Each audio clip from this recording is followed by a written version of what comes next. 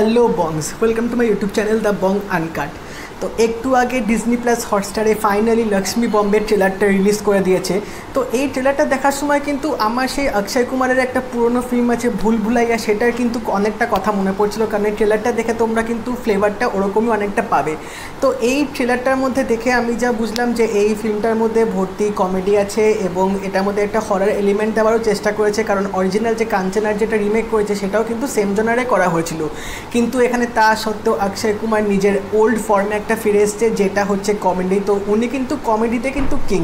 তো এই ট্রেলারটার মধ্যে আমরা ভরপুর কমেডি দেখতে পাচ্ছি, অনেক রকম ফানি পাঞ্চলাইন আছে যেগুলো দেখলে তোমাদের অবশ্যই হাসি পাবে। তো আমার এই ট্রেলারটা কিন্তু দেখে ভালো লেগেছে এবং এখানে আমরা দেখতে পাচ্ছি যে অক্ষয় কুমার একটা বাড়িতে আসবে, কিয়ারা আডবাণীর বাড়িতে আসবে, যেখানে ওর মা বাবা এবং ফ্যামিলি থাকবে। তো এখানে আসার পর কিন্তু অনেক রকম কিন্তু এখানে সিচুয়েশান ঘুরতে থাকবে এবং সবাই ভাববে হয়তো বাড়িতে একটা ভূত আছে। এবার তারপর সিরিয়াসলি যখন অক্ষয় কুমার যখন একটা স্পিরিট ওকে হন্ট করবে, একটা স্পিরিট যখন পজেস করবে ওর উপর, তখন কিন্তু তার একটা অন্য রূপ চলে আসবে, অন্য রূপে ধারণ করবে এবং সেখান থেকে কিন্তু লক্ষ্মণ থেকে অক্ষয় কুমার কিন্তু লক্ষ্মী বম হয়ে যাবে। তো তারপর তিনি কি করেন, কিভাবে সেই আত্মা থেকে নিজেকে ছাড়াবে এবং তিনি আরও কি কি উপায় বার করবে এবং কি কি কমেডি অফ এরার হবে, তো সেগুলো কিন্তু পুরো এই ট্রেলারটার মধ্যে দেখানো হয়েছে। তো এই ট্রেলারটার যে গানগুলো দিয়েছে, একটা গান আছে সেই গানটা কিন্তু আমার খুব ভালো লেগেছে শুনতে, এবং এক একটা যে আমরা যে অনেক মিমস দেখি, সেই মিমসের যে আমরা ব্যাকগ্রাউন্ড মিউজিকগুলো শুনতে পাই, সেই ব্যাকগ্রাউন্ড মিউজিকগুলো কিন্তু এই ট্রেলারটার মধ্যে দেওয়া হয়েছে। এবং রাঘব লরেন্স কিন্তু যে অরিজিনাল ফিল্মটার ডাইরেক্টর ছিল, সেও কিন্তু এখানে ডাইরেক্টর স্ক্রিন প্লে করেছে এবং ডাইরেকশন দিক থেকে কিন্তু আমার ভালোই লেগেছে। তো এই ট্রেলারটার মধ্যে দিয়ে কিন্তু আমরা বুঝতে পারছি ফিল্মটা কিন্তু স্টাইলাইজেশনটা কিন্তু এখানে ভালোভাবে করা হয়েছে, বিদেশে শুটিং হয়েছে এবং অক্ষয় কুমারকে কিন্তু অনেক দিন পর আবার সেই পুরনো লুকে দারুণ লাগছে। প্রত্যেকটা কমেডি সিন, প্রত্যেকটা কমেডি মুহূর্তগুলো কিন্তু উনি খুব ভালোভাবেই ট্রেলারটার মধ্যে ফুটিয়ে তুলেছে এবং পাঞ্চ লাইনগুলো কিন্তু দারুণ দিয়েছে ট্রেলারটার মধ্যে।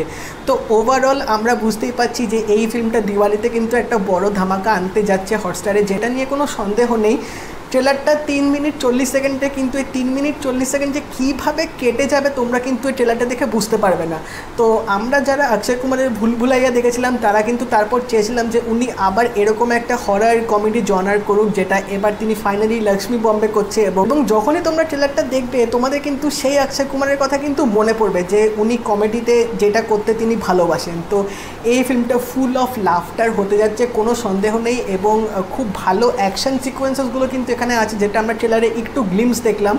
তো একটা ফান ফিল্ড রাইড হতে চলেছে এই ফিল্মটা পুরো। তো এবার দেখা যাক দিওয়ালিতে এই ফিল্মটা কীরকম হয়। ট্রেলারটা দেখে তো আমার ভালোই লেগেছে। কিয়ারা আডবাণীকেও কিন্তু এই ফিল্মটার মধ্যে বেশ ভালো লেগেছে, এবং কিয়ারা আডবাণী কিন্তু যে গুড নিউজ যে ফিল্মটা করেছিল সেখানেও কিন্তু উনি কিন্তু কমেডি পার্টগুলো খুব ভালোভাবে কিন্তু ফুটিয়ে তুলেছিলেন। তো আবার তিনি সেই কমেডি রোল নিয়ে আবার এখানে ফিরছেন অক্ষয় কুমারের সাথে। তো হোপফুলি লক্ষ্মী বমটা আশা করছি ভালো হবে দিওয়ালিতে। তোমরা যারা ট্রেলারটা এখনও দেখোনি ট্রেলারটা দেখে নাও, ইউটিউবে এসে গেছে। এবং এই ভিডিওটা যদি ভালো লেগে থাকে এটা লাইক করে দিও, শেয়ার করে দিও, এবং চ্যানেলটা কিন্তু অবশ্যই সাবস্ক্রাইব করে দেবে আর নোটিফিকেশান বেলটা কিন্তু অল করে দেবে। তাই দেখা হবে পরের ভিডিওতে। বাই।